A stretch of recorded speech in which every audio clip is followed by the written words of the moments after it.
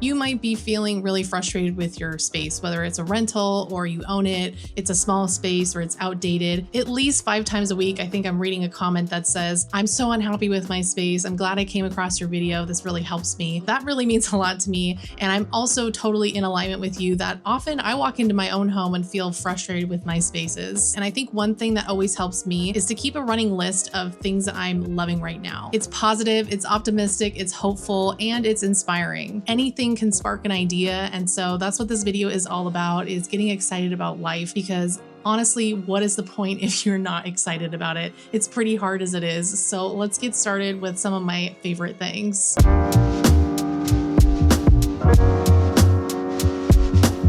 I think often we think of decorating a room and getting all the right pieces in order and everything matches and it looks great, but we kind of maybe forget about atmosphere. And atmosphere can come from lighting, and that can definitely be something that we incorporate in our designs. But atmosphere for me is also like giving your home a signature scent and a soundtrack. I know it sounds a little different, but how often have you walked into a store or a restaurant or a hotel and you have just said to yourself like, oh my God, this place is amazing. It's so chic. I love it. I want to stay here. These companies spend tons of time and money curating the most perfect vibes so that you'll never want to leave and you'll want to spend all your money there. But aren't those some of the best businesses to interact with? If you're going to have to make a reservation and wait to sit at your table and pay X amount of dollars for your meal, don't you want it to be really good? And I think investing all that time and money into giving atmosphere to my own home has really made me enjoy my space 10 times more than just making over a room. So my favorite signature scent that I've created for my home is always something that's a little bit woodsy and smoky and spicy.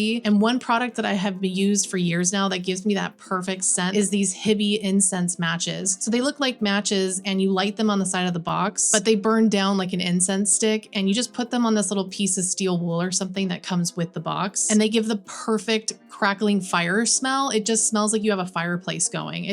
I can't describe it. You have to try them out. I'll link them in the description below, especially in the winter time when it's cold and crisp. These are absolutely my favorite to burn. The only thing is I have cats and I try to be conscious of putting scents in the home. So I do have a system where I have a door that locks off my living area from like the bedrooms. So I try to just burn it on one half of the house and have the cats on the other side just to keep them safe. And then when it comes to your home having a soundtrack, I am a huge proponent of playing music in the home, whether it's quietly or loudly. Maybe it's Italian disco or it's jazz or it's funk. Anything that gets you in the mood to enjoy your space is good for you. I love the crackling sound of vinyl, and I have some really great records that I found at thrift stores or that I've been gifted. But I've also been really enjoying listening to this YouTube channel called No AI Lo-Fi. If you're anyone who works from home or just plays music in the background while you're working, you've probably come across a lo-fi channel because it's very chill music. But if you've listened to it long enough, you know that it kind of gets a little bit repetitive and it does sound like it's made by AI. And this channel came across my homepage and I've been loving it. It's 2 people, and I think one person is mainly playing the music, but he's actually playing lo-fi music that's from his electric guitar. It's just such a refreshing sound, and it's so much better than the other stuff out there that is just very robotically made. And if you're into that kind of thing, I definitely think that you would enjoy listening to it. So if you don't have a signature scent or a soundtrack for your home, then I highly suggest you go dig back into your archives and start trying out some new things and see how you can create that most perfect atmosphere in your space.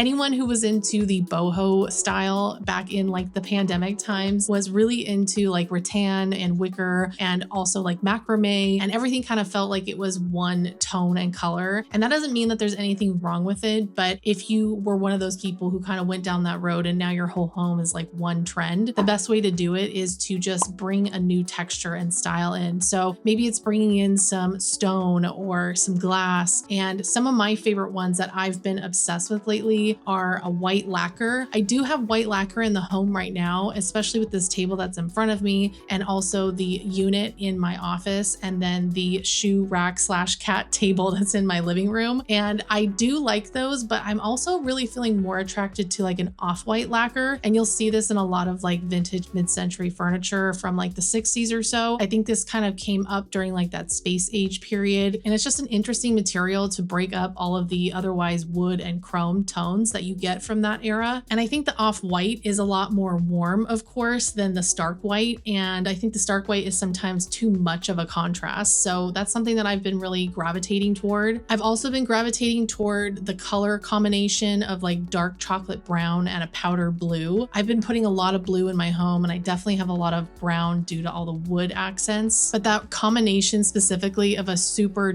dark warm color and then a very light cool color is very interesting to me. I think it can add a lot of like visual variety, and I've even been considering maybe changing out some rugs and doing some other things just to see what that might look like in my space. And maybe the easiest way to do it is to like bring in some kind of blanket or something. And speaking of blankets, I'm kind of sick of tassels lately, but what I have been really loving is like a satin trim on a blanket. My grandma had tons of these from all the way back to the 30s onward, and I think it was just a style preference back then to cover up the frayed edge of like a quilt or something. And a lot of those blankets that are older were so much like heftier, and I think someone even commented recently like they don't make blankets like that anymore, and they really don't. So I've been keeping my eye out for heavier and simpler blankets that just feel a little bit more utilitarian but also cozy. And I've also been really into different patterns of textiles. Like two that I'm really focused on right now are the window pane pattern, as well as I think it's called tartan or tartan. It's like a plaid type.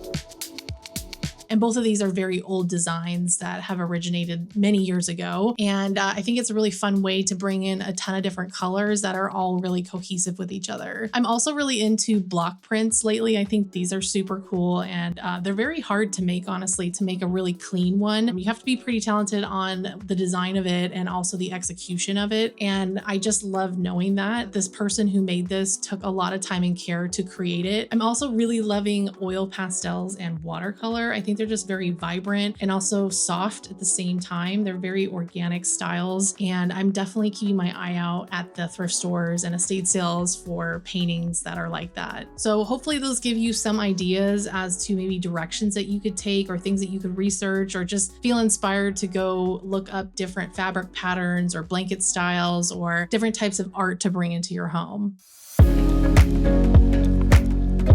So if I ever influence you to do anything, I'd hope that it would be to stop decorating and start curating. When you invest in things that do their job and they're made of quality materials and they mean something to you, that becomes the entire purpose and style of your home. When I put curated for living on the banner of my YouTube channel, I never really explained it to anyone, but what that means to me is that curating a look or a vibe or a collection of things doesn't have to be something that only happens in a museum. And quite often, I think interior design is created to be this space where you gawk at a beautiful space, whether it's in the photo that's been prop styled to look that way. But quite often those pictures or those setups don't really take real life into consideration. So curating a home that fits your real life is something that I want to live by. I want that high-end kind of cool vibe in my home that feels really unique to me and also embodies all the things that I love about design. But I also need it to work for my budget and my lifestyle and my pets and my partner and the people who come over. I also need it to work for my landlord, considering I rent. So there has to be a balance between the two. So you might feel that your space is feeling cluttered because you have a lot of functional items out that you don't really like looking at. So you can slowly start changing out those items and swapping them out for something that feels a little bit more curated to your taste. So as I've been getting more intentional about the items that I leave out in a small space, like my kitchen, for example, where there's definitely not a lot of room for extra decor or even just items as the storage is so limited. One of the things that I've intentionally replaced recently is a citrus juicer, because the one I had wasn't even big enough for the big lemons on my tree, and I didn't really like those small plastic ones anyways. They're kind of hard to use, and I didn't really want to buy an electric juicer as I don't have the space for another appliance. But then I came across this one from Verve Culture on the Uncommon Goods website, which happens to be the sponsor of today's video. Uncommon Goods is a curated online marketplace full of handmade designs by small artisans and makers. And this juicer specifically was handmade in Mexico with recycled aluminum. And I love that it has this really industrial sculptural look that I think works really well in the kitchen. I love that it's so functional and sustainable and looks like this artisanal chef's tool. And it's actually something that I use on a day-to-day basis, but it would also be a really fantastic gift for someone that loves to cook or make mixed drinks, or even just loves a really purposeful, intentional item. As we start inching closer to the holidays, once again, I keep thinking about who I need to shop for, and Uncommon Goods has been such a good resource to brainstorm and find really unique and specific gifts that I probably wouldn't find anywhere else. There are so many different specific categories to search through, so no matter who you're looking for, you can find items that are made by independent makers from all over the world, or eco-friendly home goods, and just really clever devices that you can use all around your house. I personally love some of their really unique games, as I think games are such a fun and easy gift for people. But I think my favorite pieces on the website are the ones that are handmade in small batches. They're also a certified B Corp, so sustainability for them is more than just a tagline, it's really how they operate. Like for example, with every purchase you make, they donate $1 to a nonprofit of your choice. So if you're starting to think about gifting or just want to find something cool for yourself, you can get 15% off your next gift with the link in the description below, or you can use this QR code. Just scan it with your phone and check out all the cool stuff that they have. I'm sure you're going to find something for yourself and the others on your list. So thank you so much to Uncommon Goods for sponsoring this video, and let's move on to my next favorite thing.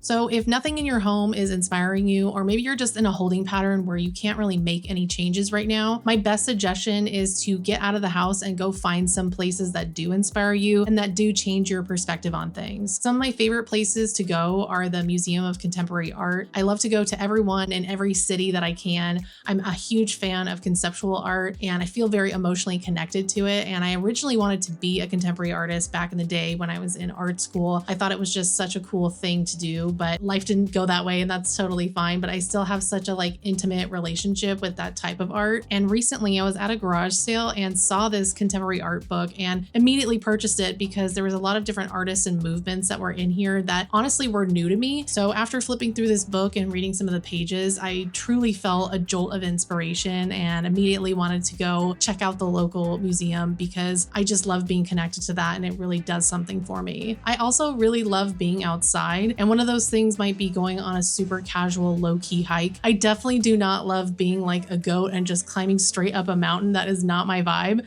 I'd rather be in a swimming pool and swim 100 laps than do that, but I do sometimes love to climb to see the view and also just to see all the different flora and fauna and nature and rocks and animals that are outside. I think sometimes I can get so stuck inside the house or stuck inside the computer or just stuck in my own routine, and getting outside into nature and seeing all the different colors and textures out there really does something for me. I also love going to open houses, especially if you can go to open house in a very affluent neighborhood. It's totally an aspirational activity, but that's not the point. The point is to just experience something completely brand new and to feel inspired by a different space, a different surrounding, a different neighborhood. When I lived in LA, my good friend and I were addicted to going to open houses that were for $22 million homes up in the hills.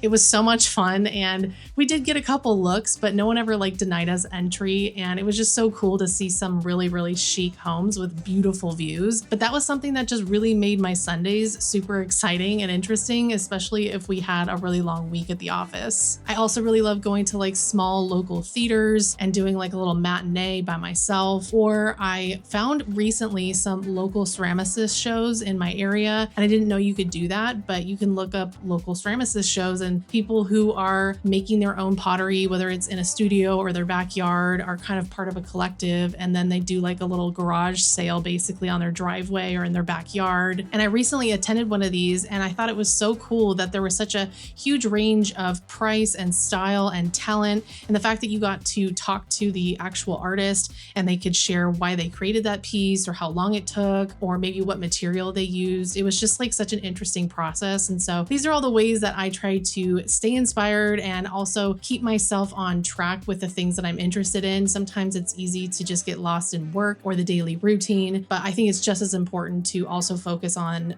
feeding your passion for things and really just trying to enjoy life. One thing that I have been needing to do and that I feel called to do is head back out to the desert. That's something that we try to do at least twice a year, especially in the cooler months, obviously, because it's like way too hot in the summer. And it's just like a really great, calming, kind of healing landscape to be in. And we absolutely love everything out in like Palm Springs area and love to go to the flea market or the vintage market out there. And I definitely want to hit that up soon because I'm redoing Annie's bedroom, and her husband love that quintessential mid-century modern style. And you have to be kind of lucky to find that here at a good price point. But sometimes at the flea market, if you're working with one seller and getting multiple items, you can kind of negotiate the price. And sometimes sellers are just trying to get rid of stuff because they don't want to take it back to their storage unit. So it's easier to find cheaper items. There is a lot of stuff at the vintage market that's quite expensive, but that's not what we're looking for. We're looking for some specific things like side tables and I think some knobs and like maybe like a shelving unit or something, and just some like fun pops of like mid-century personality. So I will bring you guys along with me as I go check that out, as I think I've done that like twice now and it's always been super fun. So definitely subscribe and hit the notification bell to be notified of when I post my Palm Springs video, as well as Annie's bedroom makeover. Let us know in the comments below what you're doing for your daily routine to kind of make it fun and more interesting, or what recharges your creativity. I'd love to know. Other than that, I will catch you guys on the next one. Bye.